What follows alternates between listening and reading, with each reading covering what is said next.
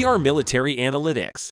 The flame of war has engulfed Russia. Almost daily, fires on Russian territory prove that the war has spread to Russia.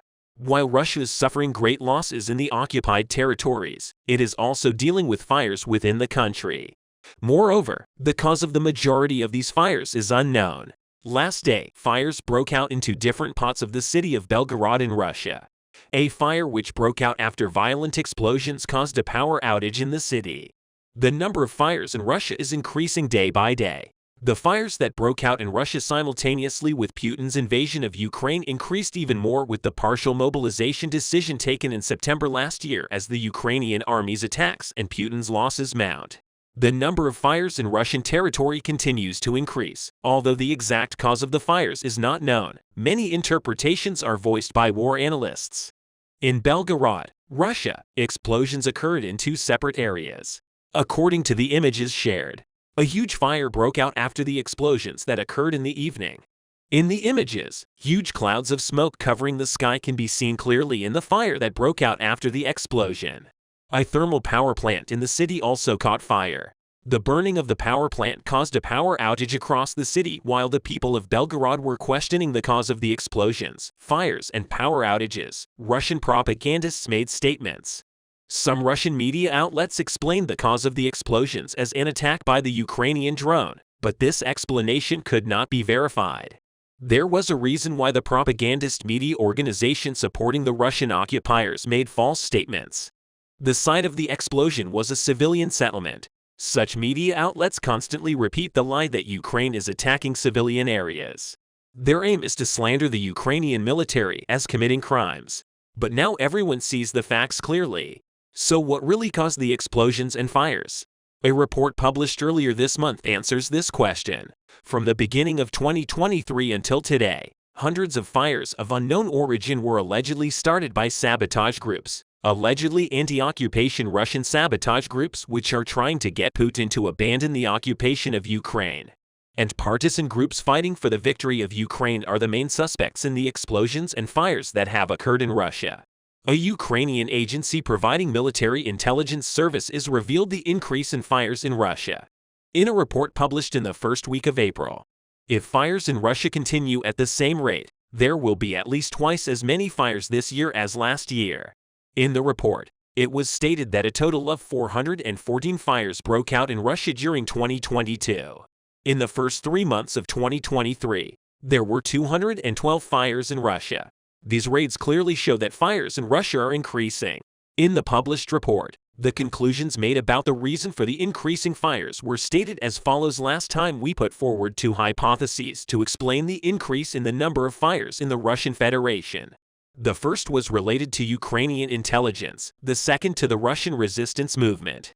As always, the truth is somewhere in the middle. Another important aspect of the fires in Russia is that the fires are more often in areas belonging to the Russian military or in factories working for the military, military recruitment centers, military personnel, training centers, military vehicle repair stations, equipment and ammunition production factories, buildings belonging to security forces, military bases, and ammunition depots are the main areas where fires occur. Increasing number of fires in these areas strengthens the claim that the fires were set by anti-occupation Russian volunteers or Ukraine. Iranian sabotage groups. While the Russian occupiers do not publish any news about the fires that occur at military points in Russia, they report on all fires that occur in civilian areas due to electrical leakage, short circuits, and problems with electrical components. Moreover, they associate these fires with the Ukrainian army with false statements having failed to make gains on the front line. Russia is trying to achieve success through slander campaigns organized through its media channels. The situation of Russian leader Vladimir Putin is truly pathetic. The fact that most of the fires are not reported means that Russia is hiding its losses. The Russian army has lost around 200,000 soldiers since the beginning of the war. It has also lost thousands of tanks, military vehicles, drones, and hundreds of fighter jets, helicopters, and cruise missiles. The Russian army, which has also lost important military systems such as anti-aircraft systems and missile systems, is approaching exhaustion just as the Russian media hides these losses. It also hides the fires in Russia, because every negative development reveals the failure of Russian leader Putin and his army. While Russia is unable to cope with the ever-increasing losses and fires, the Ukrainian army is preparing for a new spring offensive. The Ukrainian army's preparations have been on the agenda for the last month. Former Russian President Dmitry Medvedev made it clear on March 24 that the key forces were preparing for an offensive, and everyone knows about it.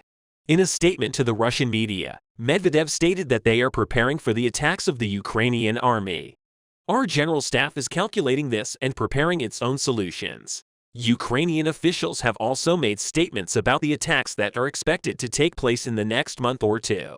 Alexei Danilov, chairman of Ukraine's National Security and Defense Council, recently told a media outlet it's only a matter of time. This time comes with a very high price for us. With the spring offensive, the Ukrainian army aims to expel all Russian invaders from the occupied territories of Ukraine. The next stage of this plan is undoubtedly to retake Crimea, which was occupied in 2014 from the Russian occupiers. Ukrainian leader Zelensky has repeatedly stated that the war will end with the liberation of Crimea from the Russian occupiers. Therefore, every step Ukraine takes means moving closer to Crimea. The Ukrainian army has made serious preparations for the spring offensive. Ukrainian Prime Minister Denis Shmyhal said that this offensive will help Ukraine regain control over the occupied territories. Together with our partners, and especially with the United States, we are very concentrated on the preparation of our counteroffensive, Prime Minister Shmyhal said, once again demonstrating the importance that the administration of Ukraine army and partners attach to the offensive. What do you think about the spring offensive that the Ukrainian army is preparing for? Will there be more explosions and fires in Russia with unknown causes? How will Russian leader Vladimir Putin prevent losses on the front line? The interesting data of the striking war between Ukraine and Russia became the biggest proof of why this war was going against the Russians. When we consider both sides of the war, we can clearly see that the Russian army has much more soldiers and combat ammunition than the Ukrainian forces. But when we look at today, the Russians could not use this advantage properly. And even as a result of the repressive attacks of the Ukrainian forces, a period of collapse began for the Russian army. This period of collapse reached a much heavier dimension than the difficult times of the former Soviet Russia. To put it more clearly, the Ukrainian invasion plan of the President of the Russian Federation, Vladimir Putin, has been the biggest disaster of the century. Although the Russian leaders started this war, the ones who suffered the most in the war were the Russians. The greatest harm done by Vladimir Putin to the Russian people and people of various ethnicities during his 23-year government was the Ukraine invasion plan, which he described as a special military operation. The Russian leaders' plan to invade Ukraine became such that the Russian troops in Ukraine were almost completely exhausted. The advantage of the Russian forces in the number of military men gave Russia a chance to attack from all directions.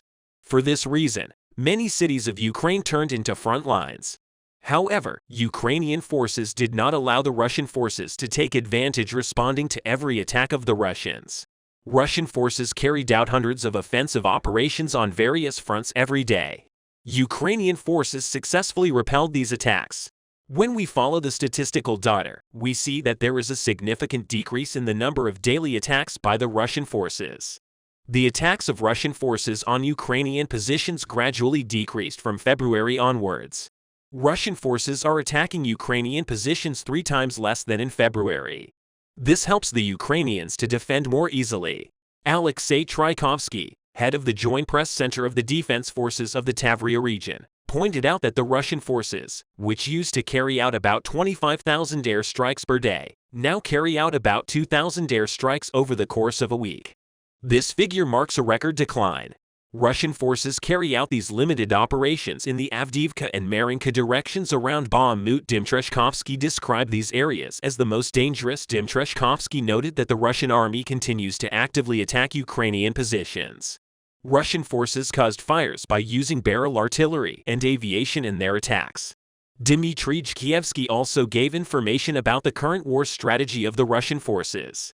According to Dmitrescu's, key positional battles continue between Russian and Ukrainian forces in the direction of Avdiivka. Russian forces are trying to block Avdiivka and seize Marinka to advance towards Kryukov. But the Russians failed to make any progress. Russian forces in distress continue to bomb civilian settlements. Dmitrievsky stated that the extremely weakened Russian forces were in fear of a counterattack and that the Russians had set up their positions, built fortifications in the occupied areas, and began to actively mine the areas. Russian forces carry out these activities near Melitopol, which will ignite the counterattack against the Crimean Peninsula.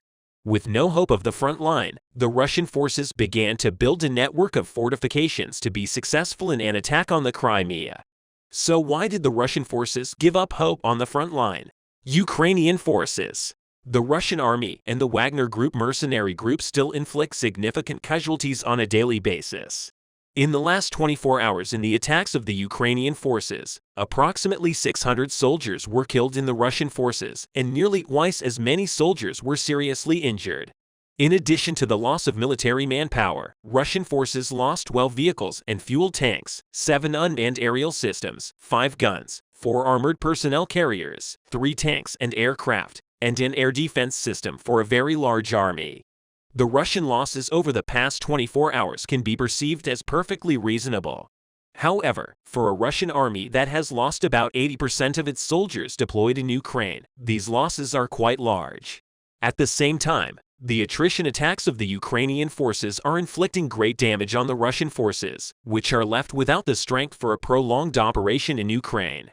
The Ukrainian Ministry of Defense stated that the Ukrainian forces neutralized about 180,000 Russian soldiers on various front lines. We would like to remind you that Russian forces have lost almost 35% of these losses in the Bakhmut effort over the past 3 months. When we look at all the losses of the Russian forces, the balance sheet seems heavier. Russian forces have lost a lot of their military equipment, both on land and in the air on Ukrainian soil. The Russian army lost 3,700 tanks, 2,727 pieces of artillery, 7,100 armored personnel carriers and infantry fighting vehicles, 310 combat attack bomber and transport aircraft, 311 attack and transport helicopters. These losses caused a significant decrease in the attack power of the Russian forces. The Russian soldiers who lost great strength in the attacks of the Ukrainian forces lost their belief that this war would be won. Russian soldiers, the morale of the Russians who lost their comrades in the Ukrainian attacks was completely demolished. Recently, the soldiers in the Russian army have been having great difficulty in focusing on the war. The Kremlin government, on the other hand, began to spread fake news about the front line to boost the morale of the Russian forces. The Kremlin government has instructed the news sources accessible to the Russian soldiers to make false reports about the success of the Russian forces on the front line. At the same time, Russian commanders are constantly telling the soldiers in the region that the Russian forces have won victories in different regions and that the Ukrainian victory is imminent. In this way, the Russian army is trying to prevent armed soldiers from revolting. But it seems that the Russian forces will suffer a great defeat while waiting for victory. The most preferred type of attack by the Russian forces is missile attacks. Unable to approach the Ukrainian forces, the Russian forces are trying to break through the Ukrainian defense line by carrying out various missile attacks. The solid front line of the Ukrainian forces, despite many attacks, proves that the Russian forces were not very successful in this strategy. Russian forces continued to launch missile attacks every day in the hope that we may do some damage.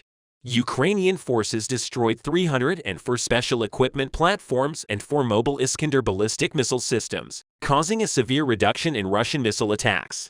In addition, Ukrainian air defense units destroyed 1,000 cruise missiles, preventing Russian forces from harming Ukraine, working with great devotion.